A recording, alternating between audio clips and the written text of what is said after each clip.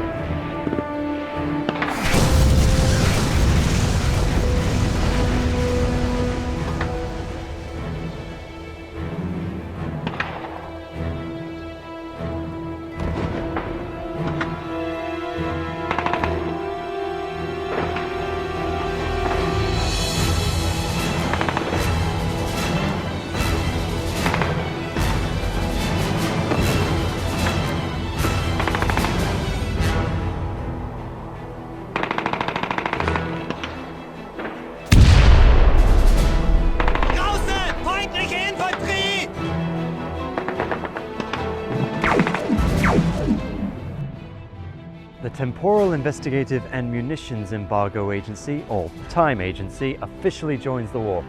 From this moment on, they will stand and protect this world known as Earth.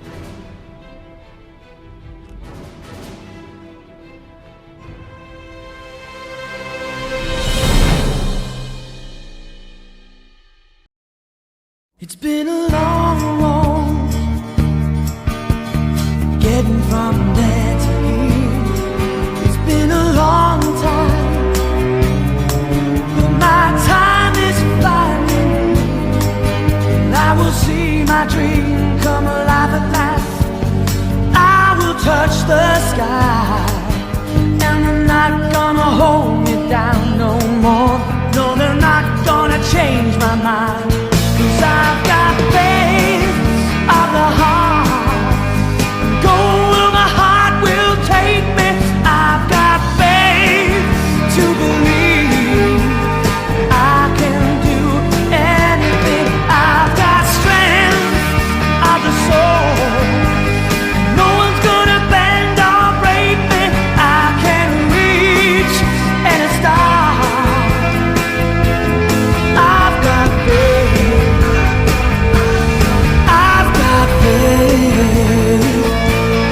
Faith of the heart.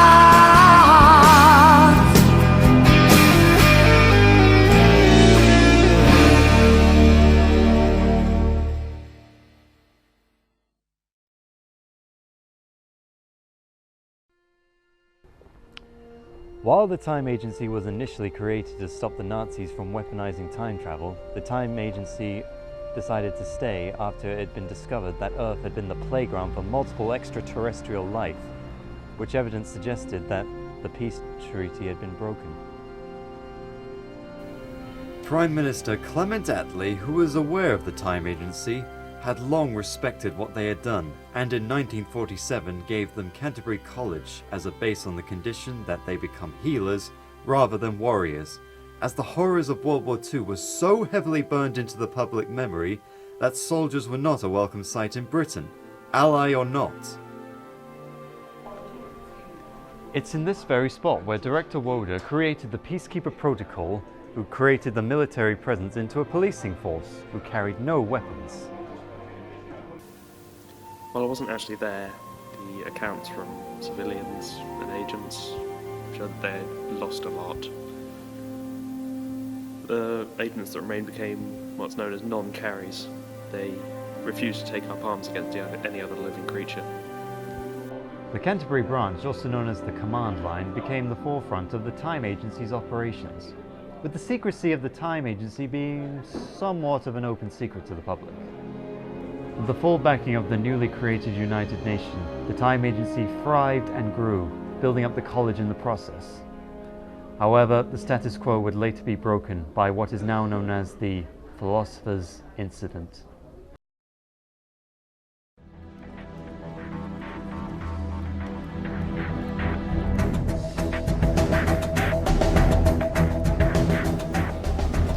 On the 2nd of May, 1973, the Time Agency had officially made contact with the Torchwood Institute, a vicious, xenophobic organization who actively worked against other species, often purposefully attacking them just to get a hold of their technology.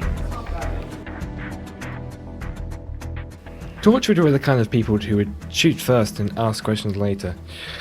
I was with Team 7 when we encountered first their many dumps, in which Torchwood would purposely dump broken technology and alien corpses where only we could find them. Torchwood treated us like we were some kind of cleanup crew. That all changed after the Philosopher's Instant.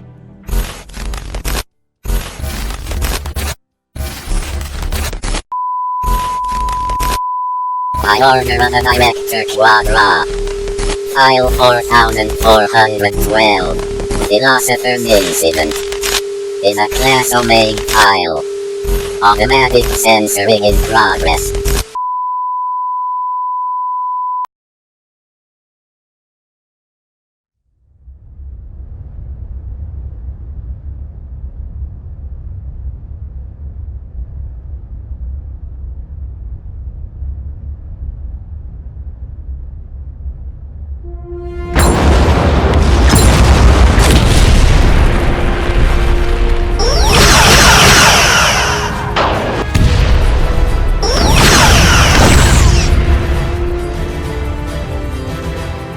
They were called the Nevedians. Kind little bastards. One of the most powerful and feared warrior races ever known. Even the Time Lords feared them. Well, to the point where they were locked outside the last Great Time War, when that happened. This was the start of the Second Great Time War. The Second Great Time War was an event that would forever change the galaxy's view of the Time Agency.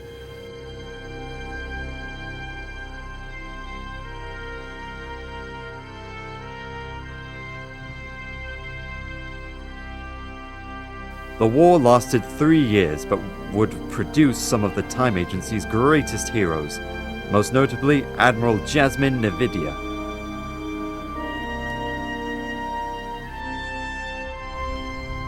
The Nevedians are possibly the second most violent race in all the galaxy. I lived in a world of pre and the due caste system. Beautiful and almost paradise-like, until the massacre. As a galactic federation like to call it, a pre-incident. Well, a bunch of bullshit. The Galactic Federation had refused help the people of Pre due to their location being in the Pervian neutral zone. However, despite the agency's resources being stretched thin, Operation Yavin began. Operation Yavin worked in 2 phases. Phase 1, Teams 1 through 4 would distract the Nevedian ground forces, while Phase 2, Teams 5 to 7 would rescue civilians to get them off-world. But let me get the record straight. This was an illegal operation. The Time Agency only spun it round because it made them look good. The final battle of the war would be the Siege of Pervia.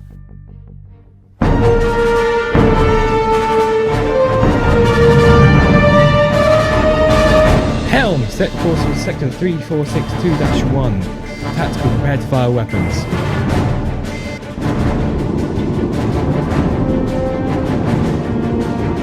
Helm, set course for coordinates JLK 351.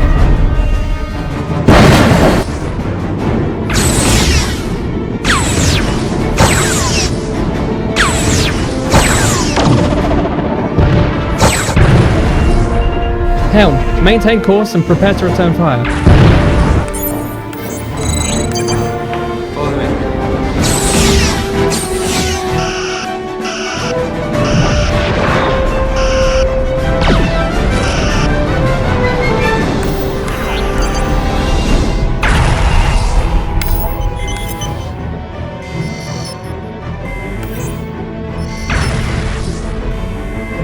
Tactical, aim phase cannons on the forward ship and fire, don't let up.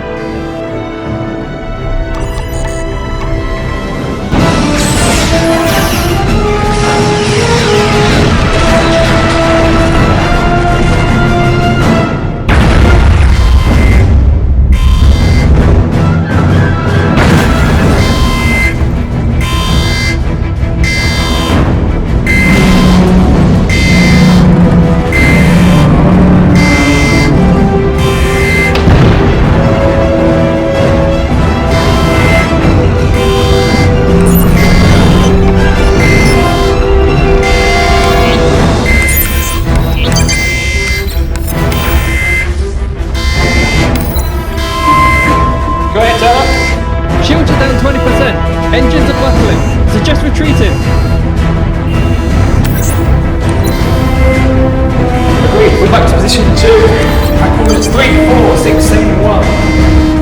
Covering retreat. Help! Take us out of the system!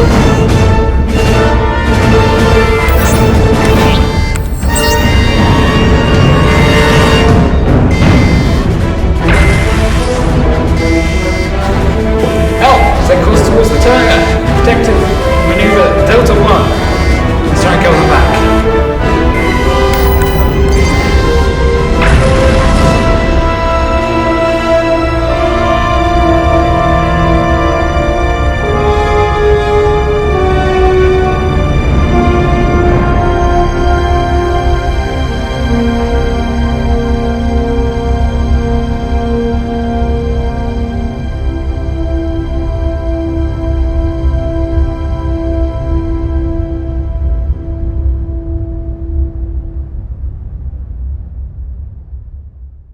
The Nevedians lost to a Federation task force, which was possible as the architect Kra had been forced to step down due to what we can term as medically insane.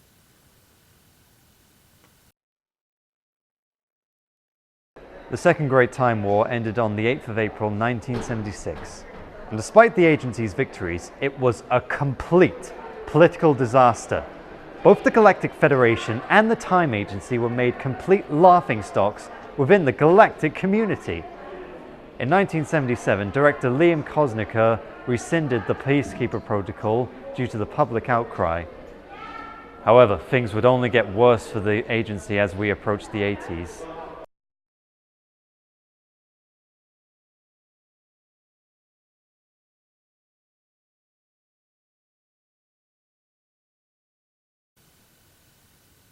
Cloa 4. An Earth-type planet in the Blackman system was inhabited by 1.6 billion people who were in a pre-interstellar travel state, only 3 years away from developing their first light-speed engine and joining the Galactic Federation. However, they were unaware that an enemy armada was on the edge of their system. Who were these new foes? We had many names for them. Pok Fashir, Azaria Malala, Lin Manas.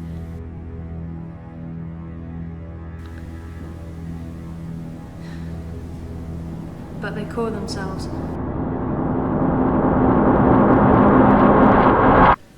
the Daleks.